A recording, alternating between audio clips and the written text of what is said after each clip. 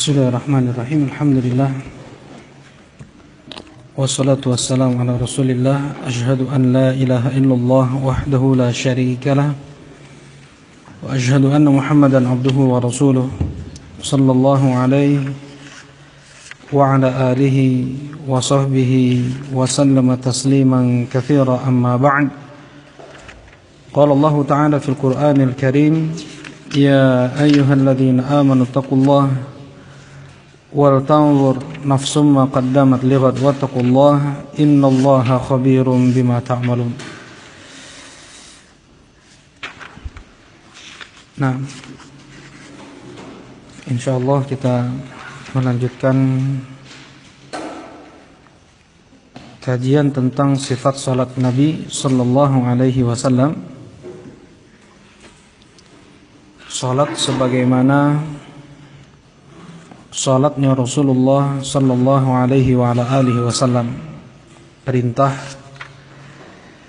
dari Rasulullah sallallahu alaihi wasallam untuk kita salat sesuai persis sebagaimana Rasulullah sallallahu alaihi wasallam salat. Sebagaimana sabda beliau, "Shallu kama ra'aitumuni usalli." Salatlah kalian sebagaimana kalian melihatku salat. Rasulullah sallallahu alaihi wasallam telah wafat. Bagaimana kita mau tahu seperti apa salatnya Rasulullah sallallahu alaihi wasallam? Tentunya dengan hadis-hadis yang datang dari beliau. Tentunya hanya hadis yang sahih yang kita amalkan. Sedangkan hadis dhaif tidak boleh untuk diamalkan, karena hadis tersebut tidak benar penyandarannya kepada Rasulullah sallallahu alaihi wasallam. Nah, jadi salat tidak boleh terserah kita atau sesuai dengan mazhab fulan, mazhab anlan, kelompok A, kelompok B, golongan C, golongan D, partai A misalnya, enggak. Tapi salat harus sesuai yang datang dari Rasulullah sallallahu alaihi wasallam. Dan para ulama sejak dulu mereka banyak menulis tentang ini. Ya. Kita lihat bisa di Sahih Al-Bukhari, kita bisa lihat di Sahih Muslim, kitab-kitab sunan yang lainnya, Sunan At-Tirmidzi, An-Nasa'i, Abi Dawud, Ibn Majah. Bagaimana mereka para ashabus sunan membuat bab tentang salat, mengangkat tangan seperti apa, takbiratul ihram yang dibacanya apa. Karena ada saja ya sebagian berpendapat takbiratul ihram itu bukan Allahu Akbar, tetapi apa? Allahu Ajal, Allahu A'zam. Sebagaimana ini dibolehkan oleh mazhab Hanafi, mazhab Abi Hanifah. Yang jelas ini marjuh, yang jelas ini tidak benar, karena Rasulullah sallallahu alaihi wasallam mengatakan miftahus shalah tuhur, tahrimuha at-takbir. Kunci salat itu adalah wudu. Dan pengharaman salat dengan takbir. Takbir hanya ucapan apa? Allahu Akbar. Bukan ucapan Allahu A'zam. Kalau gitu ta'zim. Allahu A'zam itu bukan takbir tetapi ta'zim. Ya, baik. semua perbedaan dalam permasalahan fikih semaksimal mungkin seorang mengembalikannya ke Al-Quran dan Sunnah Nabi Sallallahu Alaihi Wasallam, karena perintah dari Allah Subhanahu Wa Taala, ya ayyuhalladzina amanu in tanaza'tum fi syai' farudduhu ila Allahi war Rasul. Wahai orang-orang yang beriman, apapun yang kalian perselisihkan dalam permasalahan apapun, dalam permasalahan dunia, dalam permasalahan muamalah, fi syai', sekecil apapun itu, terlebih dalam permasalahan salat, dalam permasalahan wudu, dalam permasalahan puasa, dalam permasalahan zakat, haji, rukun Islam, yang itu sudah diajarkan oleh Nabi SAW segamblang mungkin, sejelas mungkin, seterang mungkin, ya. Farudduhu ilallahi war Rasul, kembalikanlah kepada Allah. Maksudnya gimana kembalikan kepada Allah? Ke Al-Quran. War Rasul, kembalikanlah pula ke Rasul, maksudnya ke sunnahnya, ke hadisnya. Nah, insyaallah kita akan lanjutkan akhir dari pembahasan sifat salat Nabi, yaitu tentang tartil wa tahsinu saut bil qiraah, ya, mentartil, membaca Quran dengan tartil, memperindah suara bacaan, ya. Nah, jadi seorang muslim dia harus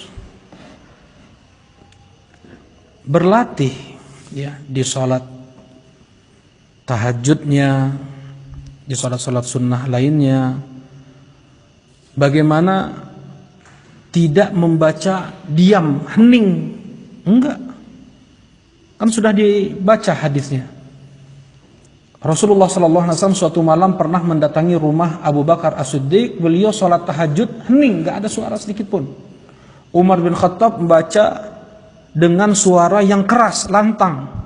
Kata Rasulullah SAW, ya Abu Bakar, naikkan suaramu sedikit. Wahai Umar, turunkan suaramu sedikit.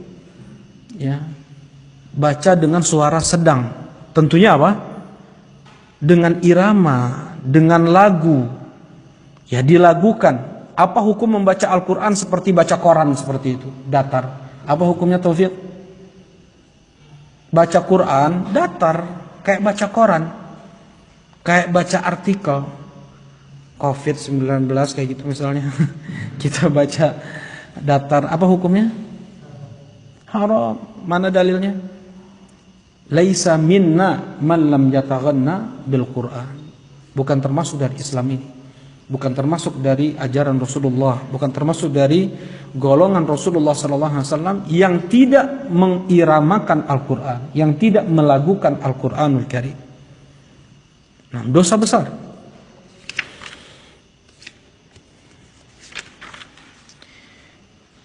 Dan semaksimal kemampuan, ya, kita pun ada rasa-rasa sumbang-sumbang dikit, yang bukan dikit, banyak malah. Tapi memang itu udah yang Allah kasih. Jangan kita kemudian setelah itu kecil hati, malu untuk membaca Quran karena suara kita sumbang, karena suara kita jelek, suara kita apa istilahnya, ngebas atau apalah bahasanya. Jangan, tetap syariat adalah syariat. Baik. Setelah selesai membaca surat ba'dal Fatihah, dilanjutkan dengan takbirat al-intiqal. Dilanjutkan dengan takbirat al-intiqal, yaitu takbir perpindahan dari berdiri ke ruku, ya. Hadis yang dikeluarkan oleh Al-Imam Al-Bukhari rahimahullahu taala, kana Rasulullah sallallahu alaihi wasallam idza qama ila shalah yukabbir hina yaqum. Rasulullah sallallahu alaihi wasallam apabila beliau berdiri untuk salat, beliau takbir ketika mulai berdiri untuk salat. Jadi takbiratul ihram, mengucapkan Allahu Akbar. Tsumma yukabbir hina yarka'. Kemudian Rasulullah SAW mengucapkan takbir ketika hina yarka, ketika perpindahan untuk ke ruku. Nah, dikatakan takbiratul intiqal, takbir perpindahan, karena ucapan takbirnya itu ketika dia mulai berpindah, ketika proses apa? Pindah, bergerak. Ya, ketika proses bergerak. Nah, jadi mengucapkan Allahu Akbar, tidak boleh yang lainnya. Ya, tidak boleh Allahu A'zam, Allahu Ajal, enggak. Baik. Dan sudah kita bahas di awal pertemuan bahwasanya untuk mengangkat kedua tangan ketika mengucapkan takbiratul ihram yang sering Rasulullah SAW kerjakan adalah di 4 tempat. Ada yang bisa mengulang? Nah, misalnya di 4 tempat mengucapkan takbir. Abaturat.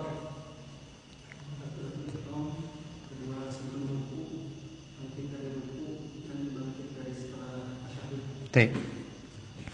Jazakallah khairan. Ketika takbiratul ihram. Yang kedua ketika hendak ruku. Yang ketiga bangkit dari ruku. Yang keempat ketika bangkit dari rakaat kedua masuk ke rakaat ketiga. Ini yang sering Rasulullah SAW kerjakan. Ya, ini yang sering Rasulullah SAW kerjakan. Walaupun pernah Rasulullah SAW beliau takbir atau beliau mengangkat tangan itu di setiap gerakan sholat. Ya, ini dirajikan oleh sebagian ulama. Mau sujud, ya, bahkan dalam keadaan sujud untuk duduk di antara dua sujud, itu pun ada fatwa sebagian ulama memahami hadis Abu Hurairah radhiyallahu taala anhu, kullama rafa wa khafad. Rasulullah SAW setiap bangkit dan menurun, entah itu untuk sujud, entah itu untuk ruku, Rasulullah SAW mengangkat kedua tangan beliau. Baik.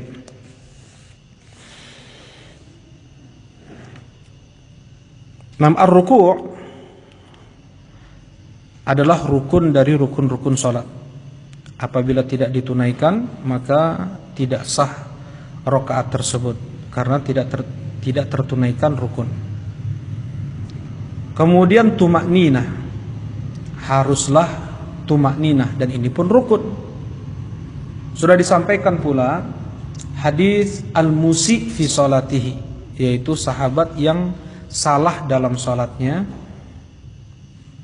Sahabat ini sudah melakukan gerakan salat semuanya, tetapi yang kurang hanya tumakninah di setiap gerakannya, di rukuknya, di i'tidalnya, di sujudnya. Apa kata Rasulullah SAW?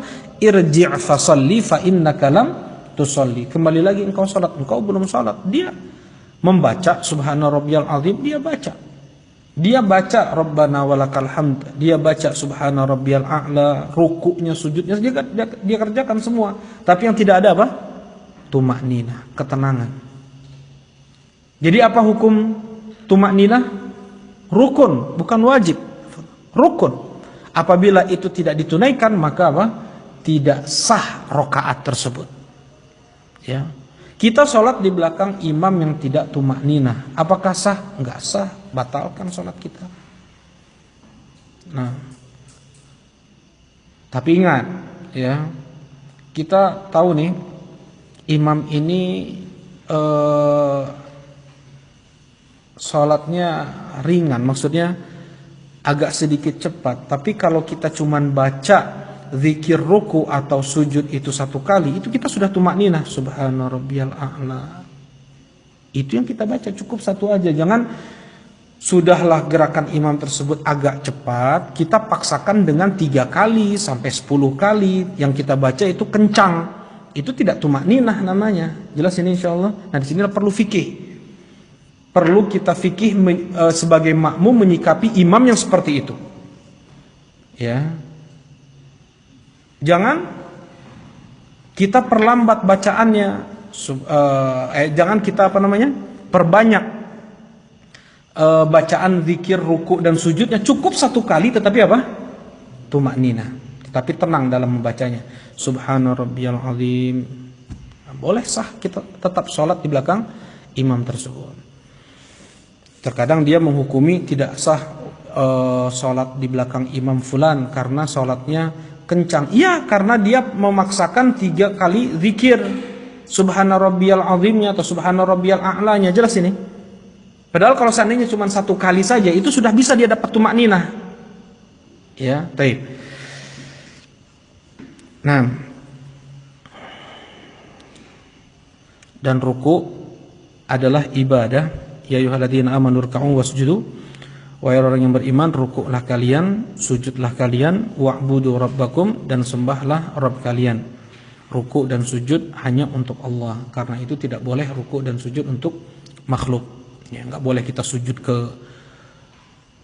ayah kita, enggak boleh kita sujud ke ibu kita atau ke siapapun. Enggak boleh ke ajengan, kiai, ulama, sujud, rukuk. Ya. Beda kalau kita membungkukkan punggung kita untuk mencium tangan kedua orang tua kita yang sedang duduk atau yang sedang tidur, itu nggak ada masalah, ya. Tetapi ini memang sengaja ruku dan sujud kepada orang tua, ini hukumnya haram. Kata Rasulullah SAW, "Lau amartum ra'an ayasjuda limri'in la amartum ra'atan antas juda li zawjiha." Andaikan aku perintahkan seseorang untuk sujud kepada orang lain, maka aku akan perintahkan seorang istri untuk sujud ke suaminya. Ya, beda dengan syariat Nabi Yusuf. Syariat Nabi Yusuf, Nabi Yakub boleh. Ya, bahkan orang tua sujud kepada anaknya, Nabi Yakubnya, ibunya, kemudian saudara-saudara yang lain sujud ke Nabi Yusuf sebagaimana itu di surat Yusuf tersebut boleh. Jelas insyaallah. Kalau syariat Nabi Muhammad hukumnya tidak boleh. Sebagaimana perintah Allah untuk sujud, sebagaimana perintah Allah kepada malaikat untuk sujud kepada ayah kita Adam alaihissalam. Ini adalah syariat, ini perintah.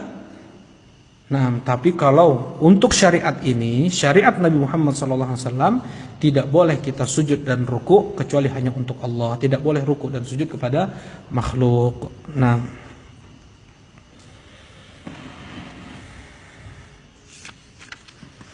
sebagian para ulama yang datang ke Indonesia kemudian melihat sebagian saudara-saudara kita, mereka menundukkan kepalanya, bahkan sebagian yang berlebihan, ya, yang seperti itu diingkari oleh mereka. Nah, kemudian pernah dulu ada kedubes datang ke Damaj, ya, mengunjungi kami dulu, para pelajar yang ada di Damaj, kedubes dengan stafnya. Ketika mereka pamitan gitu, assalamualaikum, menundukkan kepala mereka. Orang-orang Yaman yang melihat itu, mereka yang sudah belajar, ya, yang melihat itu, mereka mengingkari, ini nggak boleh, ini ruku kepada manusia, ruku ke kita nggak boleh ini. Nah, ini termasuk ruku yang diharamkan. Apalagi jelas rukunya kayak orang Jepang itu, ya. Nah, rukunya orang Jepang mengucapkan terima kasih misalnya, yang seperti itu haram. Nah, bagaimana ruku dalam salat?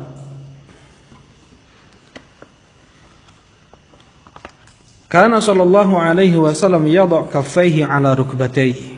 Rasulullah sallallahu alaihi wasallam meletakkan kedua tangan beliau di kedua lutut beliau. Ya, jadi jangan sampai ke bawah lutut, ya. Ada kan? Ada yang sampai ke bawah lutut, jangan. Lutut. Wa kana Rasulullah sallallahu alaihi wasallam yadha kaffaihi ala rukbatayhi. Rasulullah SAW meletakkan kedua tangan beliau di atas lutut beliau, ya, diletakkan di lutut. Wa kana ya'muruhum bidzalik. Rasulullah SAW memerintahkan para sahabat untuk demikian. Yang sebelumnya gimana? Sebelumnya para sahabat meletakkan kedua tangannya kayak gini, dirapatkan, kemudian diletakkan di antara dua lutut. Ya, diletakkan di antara dua lutut, dan itu dilarang oleh Rasulullah SAW.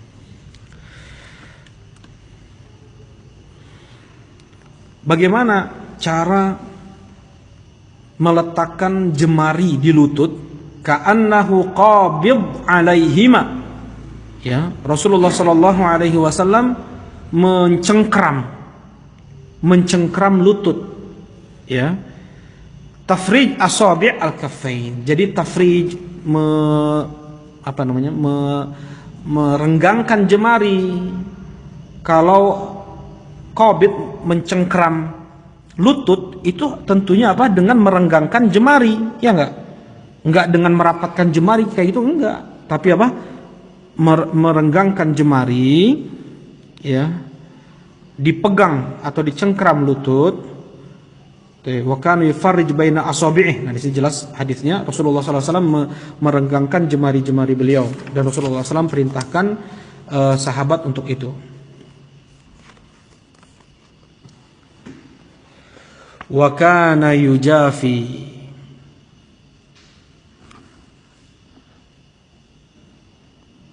Wa yunji mirfaqai an jambai. Rasulullah SAW yujafi.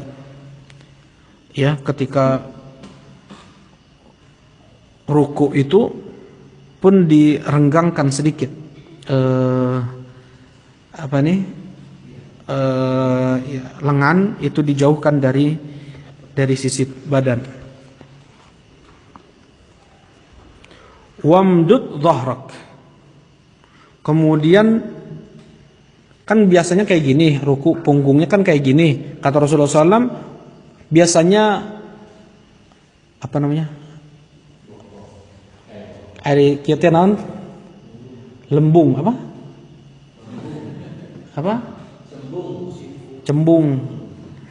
cembung teh. Jadi naon ya cembung ya. Ya cembung bentuk tulang punggung. Kata Rasulullah SAW, wamdud dhahrak, panjangkan, ratakan tulang punggungmu ketika ruku itu. Nah, ini sunnah hukumnya. Wamdud dhahrak. Ya. Wa kana, sebelum itu, apabila diletakkan air di cekungan otot tulang punggung, kan ada di antara itu kan ada otot tulang punggungnya ya. Itu tidak akan tumpah air. Jelas ini insyaallah. Nah, dengan dia memanjangkan, meratakan tulang punggungnya, tidak dia mencembung gitu. Jadi mencembung. Wa kana la yasub ra'sahu wa la yaqna. Tidak ditegakkan kepalanya, tidak pula tungkulkan nih. Tidak juga ditundukkan, tetapi antara itu. Walakin baina dzalik. Jadi rata. Ya. Kepala bagian belakang dengan punggung itu rata.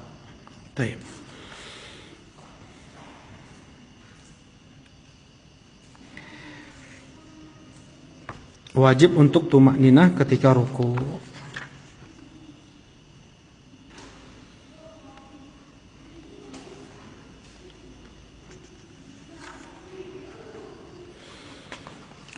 Kata Rasulullah SAW, aswa'un nasi sariqatal ladzi yasriq min salatih. Orang yang paling buruk dalam mencuri adalah yang mencuri ketika salat. Bagaimana mencuri ketika salat ya Rasulullah? Dia tidak sempurnakan ruku dan sujudnya. Orang yang tidak menyempurnakan ruku dan sujudnya seperti dia itu mencuri, bahkan mencuri yang paling buruk. Nah, zikir ruku, subhana rabbiyal azim, 3 kali atau lebih. Subhana rabbiyal azim wa bihamdih 3 kali. Kemudian subuhun quddusun rabbul malaikati warruh. Kemudian subhanakallahumma rabbana wa bihamdika Allahumma ighfirli. Ini dibaca bisa ketika ruku dan sujud.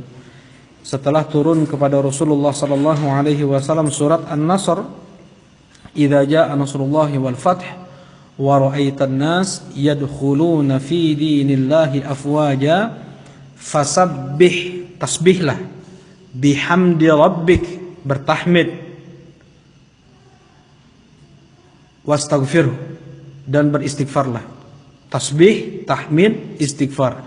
Subhanakallahumma rabbana wa bihamdika Allahumma ighfirli. Rasulullah SAW mengamalkan perintah Allah untuk bertasbih, bertahmid, dan beristighfar ketika ruku dan sujud dengan zikir ini. Ya, dan Rasulullah memperbanyak di sana karena yukthir. Rasulullah SAW memperbanyak, enggak dipatok atau enggak dibatasi cuman 3 kali atau 5 kali, enggak. Nah, dan beberapa zikir lainnya yang sahih datang dari Rasulullah SAW.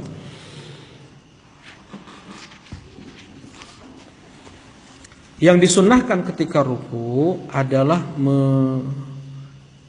menyamakan tempo ruku, sujud, ruku, i'tidal, sujud, duduk di antara 2 sujud.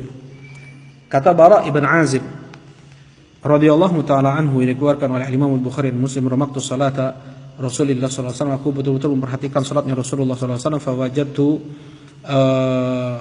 raka'atahu wa i'tidalahu wa sajadatahu wa jalsatahu baina sajdatain qariban min as-sawa. Aku perhatikan salatnya Rasulullah sallallahu alaihi wasallam, aku dapatkan rukuknya beliau, i'tidalnya beliau, sujudnya beliau, duduknya beliau di antara 2 sujud itu temponya sama. Ya, temponya hampir sama. Subhana rabbiyal azim, subhana rabbiyal azim, subhana rabbiyal azim. Kemudian berdiri. Berapa sih temponya? Oh, ini mah pas salat tahajud. Kalau pas sholat tahajud berapa lama? Masih ingat nggak? Kita baca di Sahih Bukhari.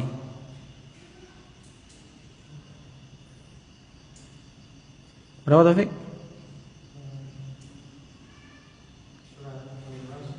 Surat Ali Imran. Oh, kepanjangan. Aba Turab masih ingat nggak?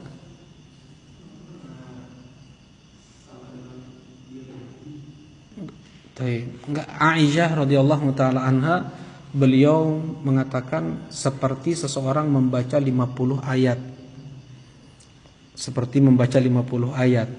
Surat As-Sajdah aja itu 30 ayat. 1 lembar setengah, berarti 2 lembar setengah. Selama 2 lembar setengah tempo sujud. 1/4 juz.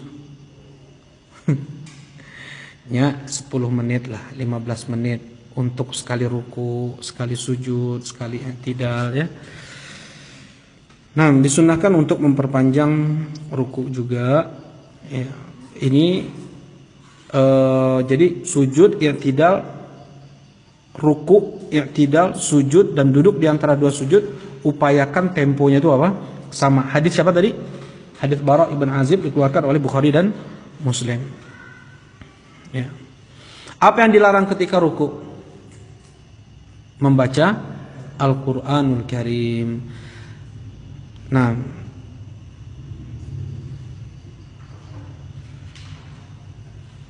ala inni nuhitu an aqra Qur'an raki'an aw sajidan.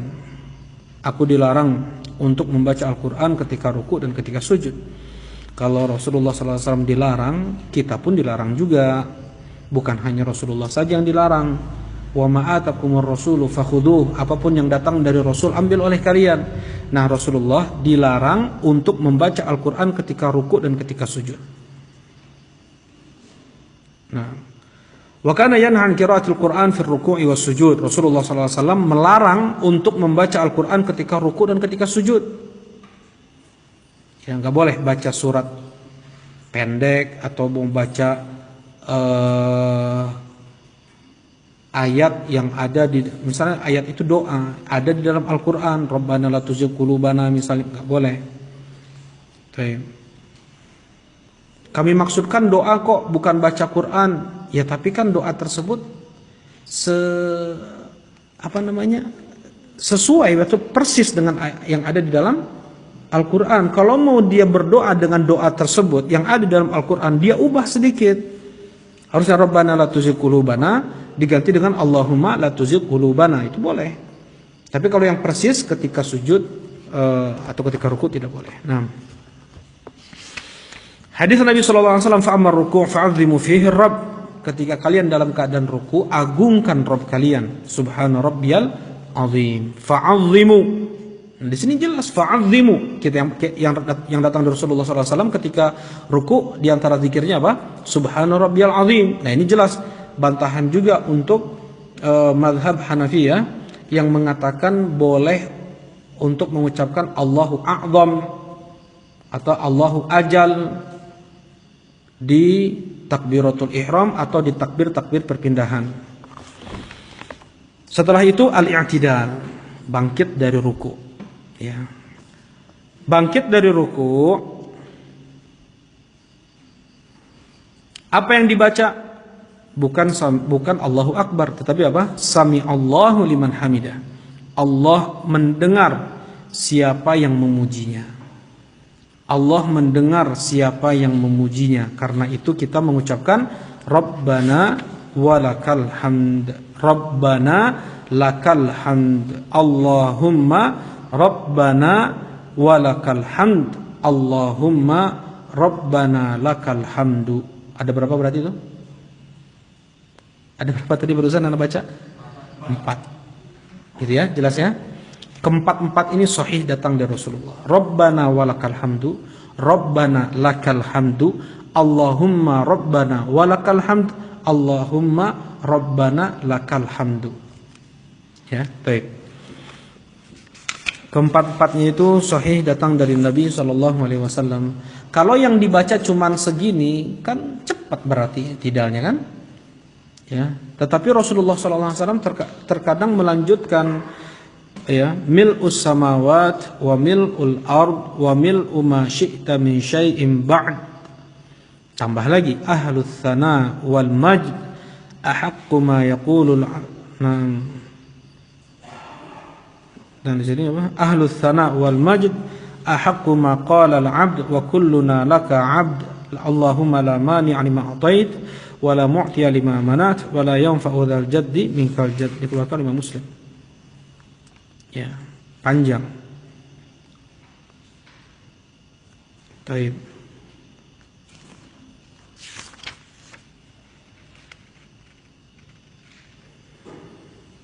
Makmum hanya mengucapkan Rabbana walakal hamd, tidak mengucapkan tasmi' atau tidak mengucapkan sami Allahu liman hamidah. Ini yang rajih. Walaupun ada perbedaan pendapat di kalangan para ulama, ya. Dan yang rajih adalah, yang benar pendapatnya adalah cukup makmum dengan membaca Rabbana walakal hamd. Karena kata Rasulullah SAW, wa idza qala sami Allahu liman hamidah faqulu Rabbana walakal hamd. Apabila imam mengucapkan sami Allahu liman hamidah, ucapkanlah oleh kalian Rabbana walakal hamd. Sebagaimana Rasulullah SAW sebelumnya mengatakan, wa idza qala waladdallin faqulu amin. Apabila imam mengucapkan waladdallin, maka ucapkanlah oleh kalian amin. Baik. Kemudian melamakan i'tidal sampai, ini adalah sunnah yang diantara sunnah yang terlupakan, yaitu apa? Melamakan i'tidal dan melamakan duduk diantara dua sujud. Sebagian orang yang paling ringkasnya atau yang paling cepat dari gerakan sholat seluruhnya itu adalah i'tidal dan duduk di antara dua sujud, karena memang zikir yang dibacanya itu ringkas memang. Ya, Rabbana walakal hamd, tetapi sunnahnya itu lama. Bahkan para tabi'in yang melihat sahabat sholatnya itu persis dengan sholat Rasulullah SAW, diperlama i'tidalnya sampai mereka menyangka udah lupa nih, lupa gerakannya gitu. Ya, kok i'tidalnya lama banget, kayaknya udah lupa nih. Enggak, itu adalah sunnah. Ya, di antara sunnah yang sudah dilupakan oleh kaum muslimin, ya, adalah memperlama i'tidal. Baik.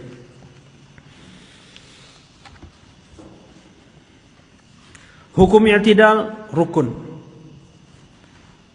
Kemudian fayakhudh kullu 'azbin ma'khadah, dikembalikan tulang-tulang itu ke posisi semula. Dikembalikan tulang-tulang itu ke posisi semula. Warfa' ra'sak hatta tarji'al idham ila mafasiliha. Ya. Angkat kepalamu dari ruku untuk i'tidal, dan engkau kembalikan tulang-tulang itu ke ruas-ruasnya. Maksudnya di sini tulang apa? Tulang punggung. Bahkan datang riwayat jelas dari Rasulullah sallallahu alaihi wasallam itu apa? Al-fiqar. Al-fiqar, tulang punggung. Fiqar itu tulang punggung ya. Zulfiqar. Zulfiqar apa? Nama pedangnya Rasulullah sallallahu alaihi wasallam, Zulfiqar. Baik. Fiqar adalah tulang punggung. Nah, jadi bukan seluruh tulang. Bangkit dari ruku, posisi i'tidal, bagaimana tangan, apakah bersedekap atau menjulur ke bawah? Al-irsal. Asy-Syaikh Al-Albani rahimahullahu taala mengatakan yang bersedekap itu bid'ah, melakukan bid'ah. Asy-Syaikh Ibnu Baz rahimahullahu taala, beliau berpendapat bersedekap bangkit dari ruku karena mengembalikan tulang-tulang ke posisi semula, masuk juga di sana tulang tangan. Masuk juga di sana tulang tangan. Ini pendapat para ulama yang bersedekap bangkit dari ruku atau posisi i'tidal. Sedangkan para ulama yang lain, di antaranya Syekh Al-Albani rahimahullahu taala, bangkit dari ruku mengembalikan tulang-tulang ke posisi semula, maksudnya hanya tulang apa? Maksudnya tulang punggung. Kenapa kok tulang punggung? Rasulullah SAW mengatakan ini, kembalikan tulang-tulang ke posisi semula, itu di dua tempat Rasulullah mengatakannya. Yang pertama adalah ketika i'tidal, yang kedua adalah ketika duduk di antara dua sujud. Jadi Nabi bilang kenapa? Kenapa di dua tempat ini, kenapa? Jadi Anda sampaikan sebelumnya, karena di dua tempat inilah orang-orang kebanyakan tidak tumakninah. Di dua tempat ini kebanyakan orang-orang tidak tumakninah karena pendeknya zikir ketika i'tidal dan ketika duduk di antara dua sujud. Rasulullah sallallahu alaihi wasallam beliau pun mengatakan ketika duduk di antara dua sujud, untuk bangkit dari ketika bangkit dari sujud, kembalikan tulang-tulang ke posisi semula. Maksudnya tulang apa berarti? Al-fiqar, tulang punggung. Jadi jangan belum sampai tulang-tulang itu kembali ke ruasnya, dia sudah sujud. Itu dikatakan tumakninah enggak dia, dikatakan i'tidal enggak dia, berdiri tegak enggak dia, tumakninah enggak dia? Enggak ada itu semua. Dia tidak i'tidal, tidak lurus berdirinya, tidak tumakninah lagi, tidak sah salatnya. Rasulullah memperingatkan karena memang dua tempat ini yang paling rentan seseorang salat seseorang itu tidak sah. Karena tidak adanya tumakninah di dua tempat ini kebanyakan. Coba lihat ya bagaimana orang-orang yang kurang belajar tentang tata cara salat, ya, baru bangkit dari ruku, belum sempurna dia berdiri, masih posisi agak ruku, langsung dia sujud. Nah, begitu juga ketika dia sujud, belum sempurna dia duduk betul, udah dia sujud lagi. Nah, karena itulah Rasulullah SAW mengatakan kembalikan tulang-tulang ke posisi semula. Maksudnya tulang punggung. Ketika tulang punggung ke posisi semula, maksudnya adalah tumakninah lah, ya. Taib.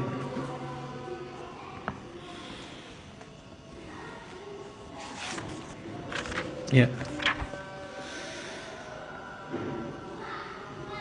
Taib. Kemudian Rasulullah sallallahu alaihi wasallam yukabbir wa yahwi sajidan. Rasulullah sallallahu alaihi wasallam takbir untuk turun sujud. Dan Rasulullah sallallahu alaihi wasallam perintahkan sahabat untuk itu. Mengucapkan apa tadi? Allahu Akbar.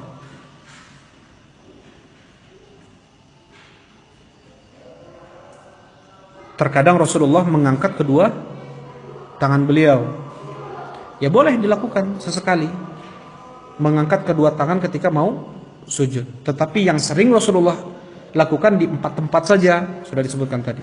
Nah, ketika jatuh untuk sujud dari posisi i'tidal, mana yang didahulukan, kedua lutut atau kedua tangan? Ulama khilaf di sini. Ada hadis yang mengatakan mendahulukan kedua lutut dari kedua tangan. Ada hadis juga, ini yang dihasankan oleh Asy-Syaikh Al-Albani rahimahullahu taala, kana yadhu yadayhi 'alal ard qabla rukbatayhi. Rasulullah sallallahu alaihi wasallam meletakkan kedua tangan beliau sebelum kedua lutut beliau. Berarti tangan dulu sebelum lutut. Ini hukumnya sunnah, yang enggak wajib. Mau dia merojihkan yang lutut daripada tangan, silahkan. Yang mau merojihkan tangan sebelum lutut, silahkan. Tetapi mana yang paling afdolnya, mana yang lebih sesuai dengan sunnahnya? Nah, yang lebih sesuai dengan sunnahnya adalah meletakkan kedua tangan sebelum lutut. Meletakkan kedua tangan sebelum lutut. Mana dalilnya? Dalil, jangan kalian turun seperti turunnya unta, ya. Kemudian dengan hadis ini sebagian mengatakan unta itu mendahulukan lutut daripada tangan. Oh enggak, unta itu mendahulukan tangan daripada lutut. Jadi kayak gitu, dan ada khilaf, ya. Kita ambil hadis yang dikeluarkan oleh Bukhari dan Muslim yang itu sahih. Apa hadisnya? Hadis Bara' bin Azib. Hadis Bara' bin Azib. Karena Rasulullah sallallahu alaihi wasallam, nah, taib. Walam yahni ahadun minna dhahra hatta waqa'a Rasulullah sallallahu alaihi wasallam sajidan. Tidak ada di antara kami para sahabat, para makmum membungkukkan punggungnya untuk sujud sampai Rasulullah sallallahu alaihi wasallam benar-benar sujud. Diulangi lagi, hadisnya dikeluarkan oleh Bukhari dan Muslim. Tidak ada di antara kami para sahabat yang membungkukkan punggungnya untuk sujud, turun sujud, sebelum Rasulullah sallallahu alaihi wasallam sujud betul, sempurna sujudnya. Ya, jadi ketika Rasulullah SAW mulai untuk sujud, Allahu Akbar, para sahabat pun nggak ada yang bungkuk, nggak ada yang bergerak untuk sujud sebelum Rasulullah SAW sujud betul. Ya, jadi sebagian ada yang mengatakan kalau udah bar, baru bergerakan gitu ya. Kalau sudah bar, naon bar, nggak ada itu namanya. Ya nggak ada itu dalilnya. Kalau sudah bar, Allahu Akbar. Kalau sudah bar baru sujud, baru bergerak gitu katanya. Nah, nggak ada itu dalilnya. Nah, dengan hadis ini sebagian ulama mengatakan bungkuknya punggung untuk sujud akan terjadi apabila mendahulukan kedua tangan daripada kedua lutut. Bungkuk punggung untuk sujud itu akan terjadi, punggung itu akan bungkuk, ya, untuk sujud apabila dia mendahulukan kedua tangannya daripada kedua lututnya. Kalau kedua lututnya yang dia dahulukan, tidak akan ada bungkuk punggungnya. Tetap punggungnya akan apa? Terus tegak. Jelas ini insyaallah? Ya. Ini hadis dikeluarkan oleh Imam Bukhari dan Muslim.